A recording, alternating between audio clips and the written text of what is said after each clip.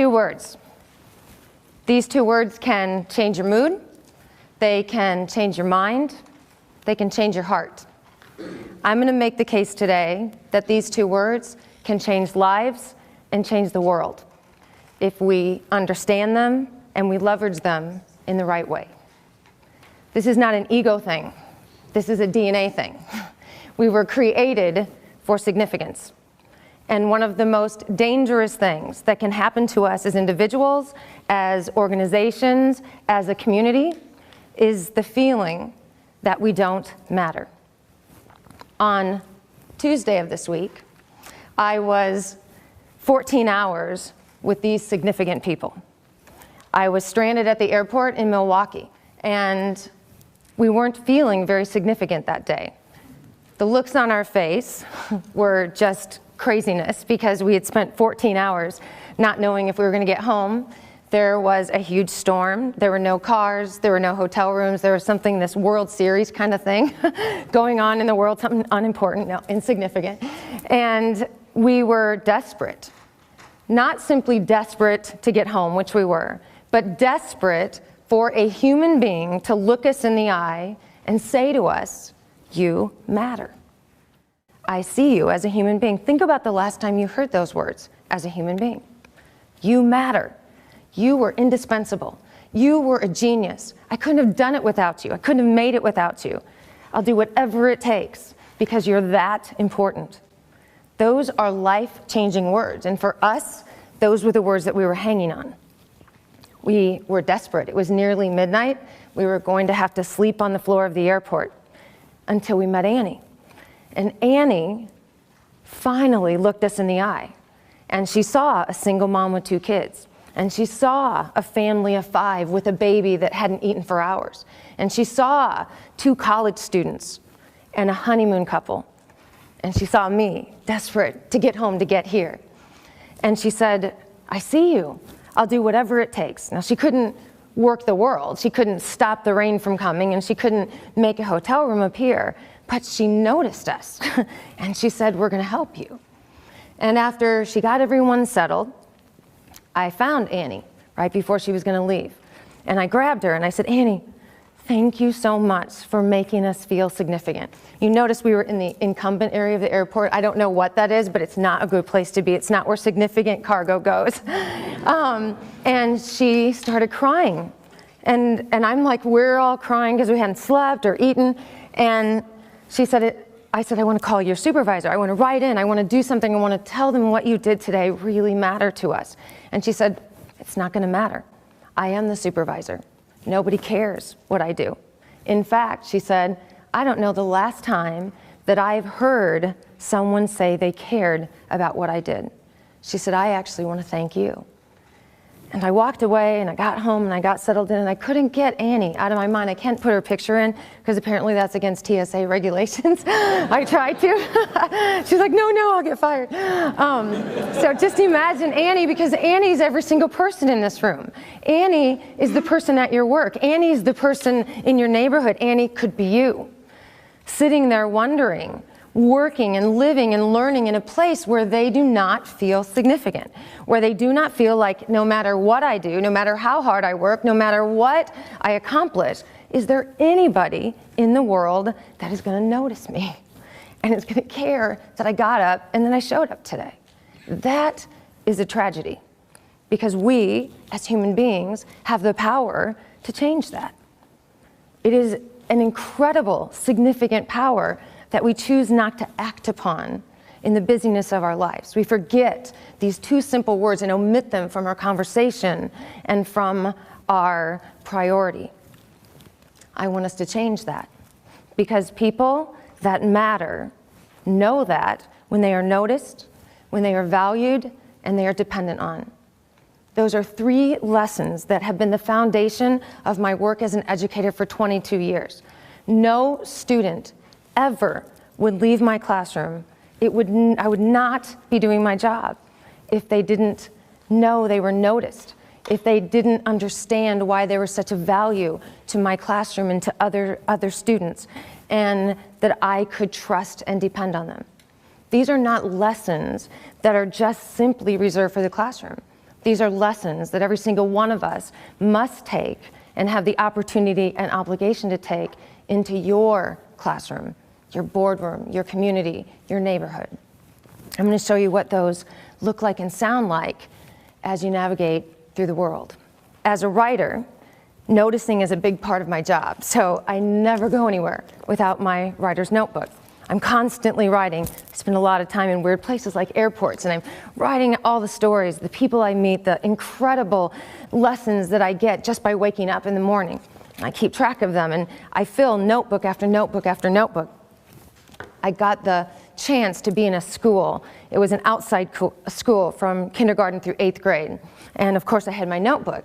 And it didn't take the students very long to notice after every classroom that I was walking through, they were like coming up to me. What did you write in your notebook today? What did you write in your notebook today?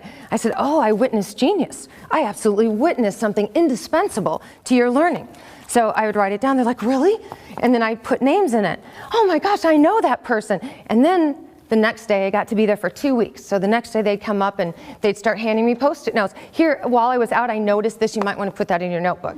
And I thought, wow.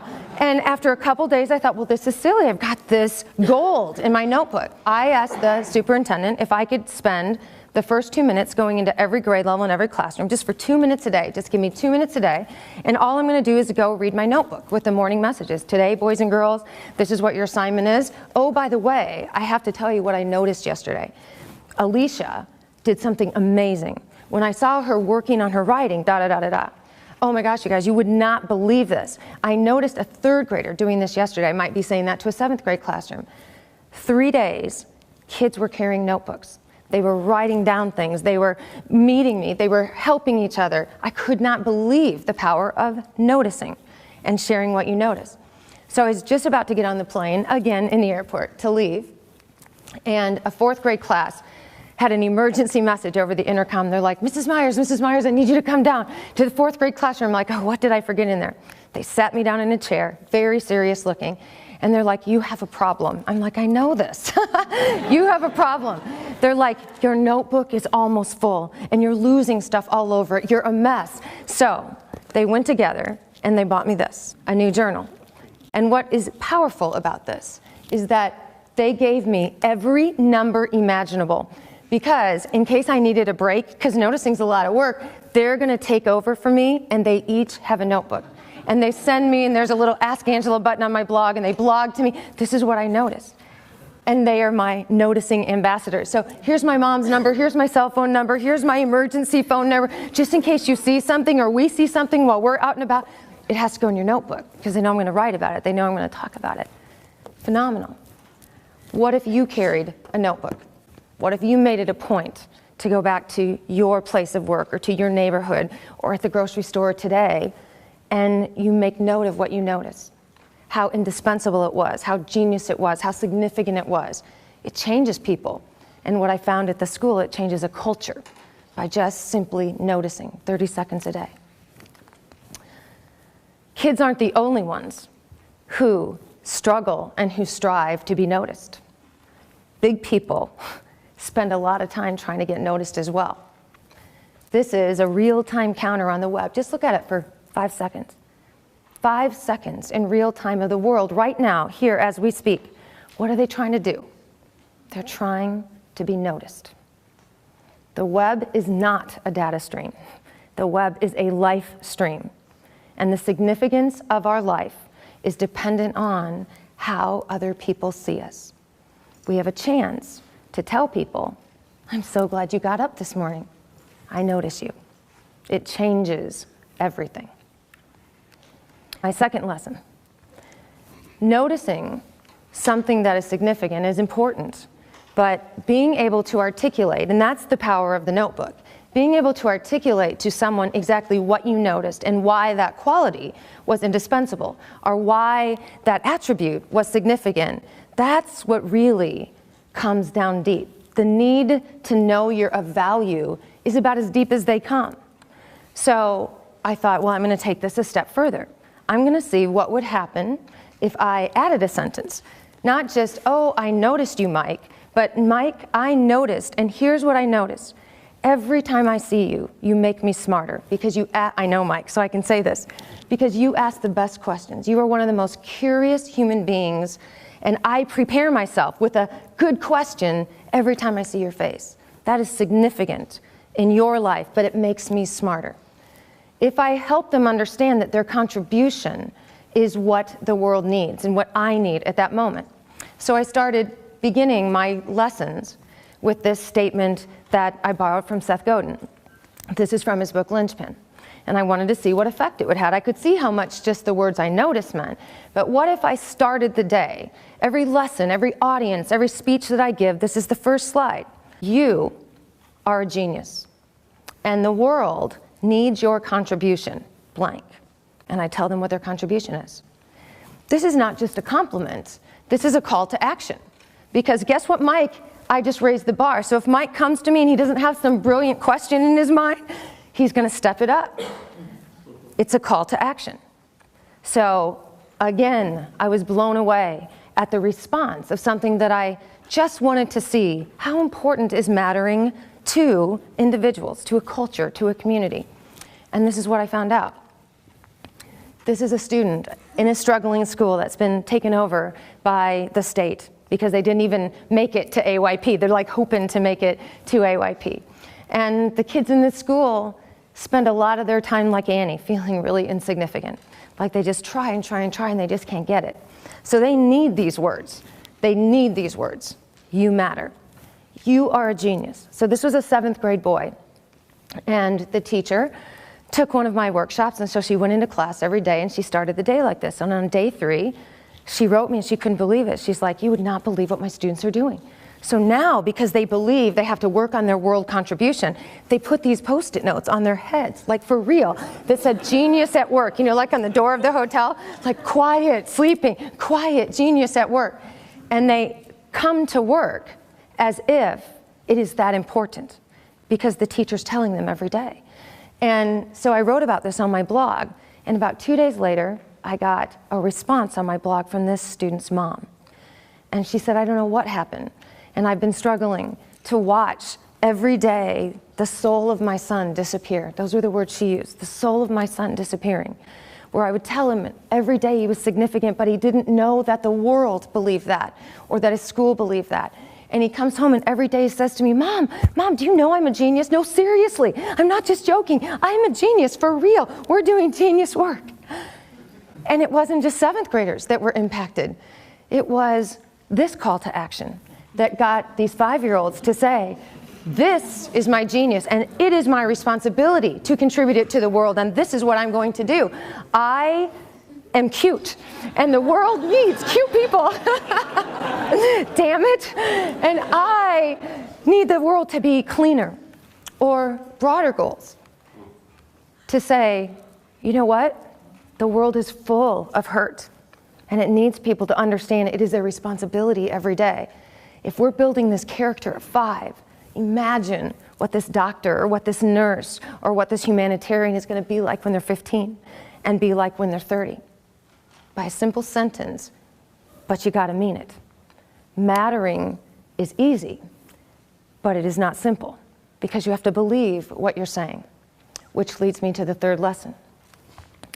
The full depth of your belief comes from your ability to give over your trust to someone else.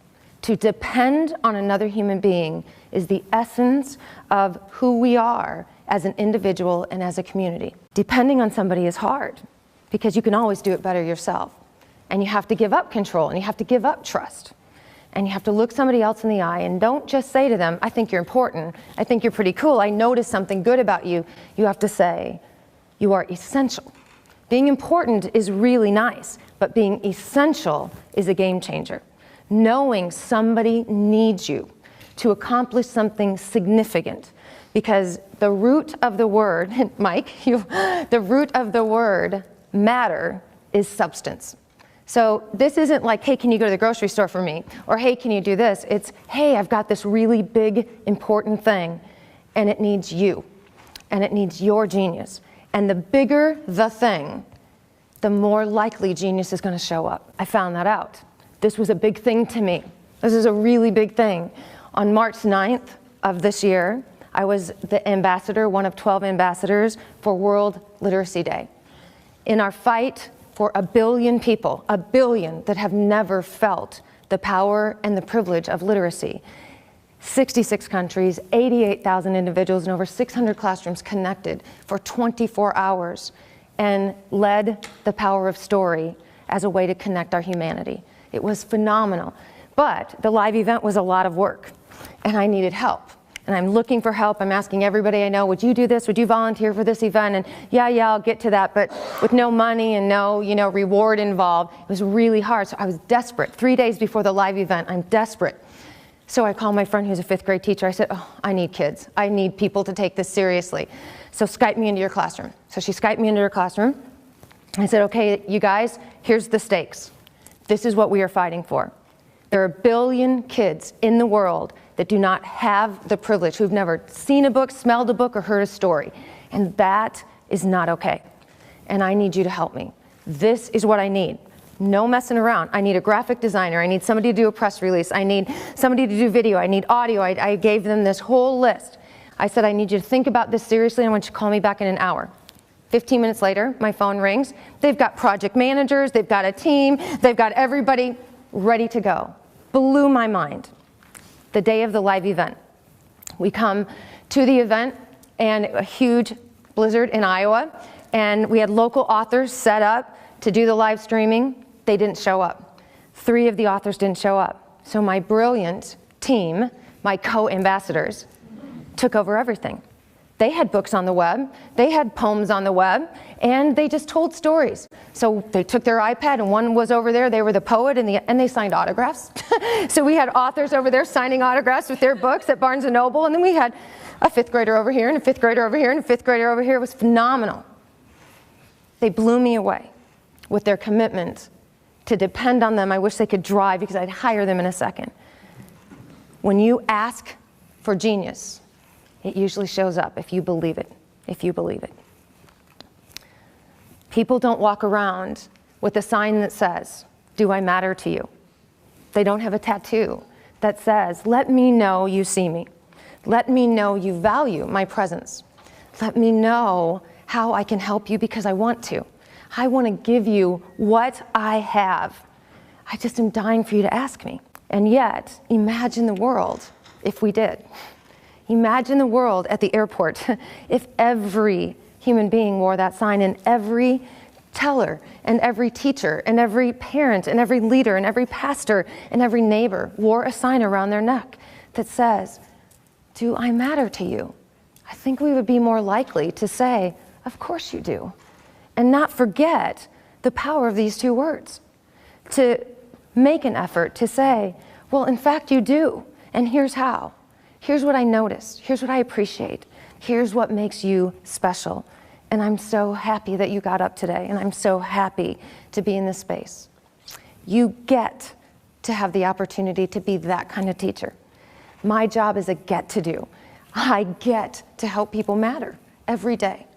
There's nothing that makes you matter more as an individual. There's nothing that gives you more courage. There's nothing that gives you more inspiration. And there's nothing that will initiate big, important, audacious stuff than knowing that you can help other people know their significance. You have an opportunity to do that today. When you find their lunch table, your lunch table today, look someone in the eye. We're going to practice, because that's what I do. I'll model it with you. Let's try this together. You ready? Say it with me. You matter. You can do better than that. Say it with me. Are you ready? You matter. Hear those words. Feel those words. Change a heart. Change a mind. Change a mood today. This is your assignment. You do that, I'm going to give you all an A. This is what it will take to keep the A. So, thank you so much for showing up today. You matter.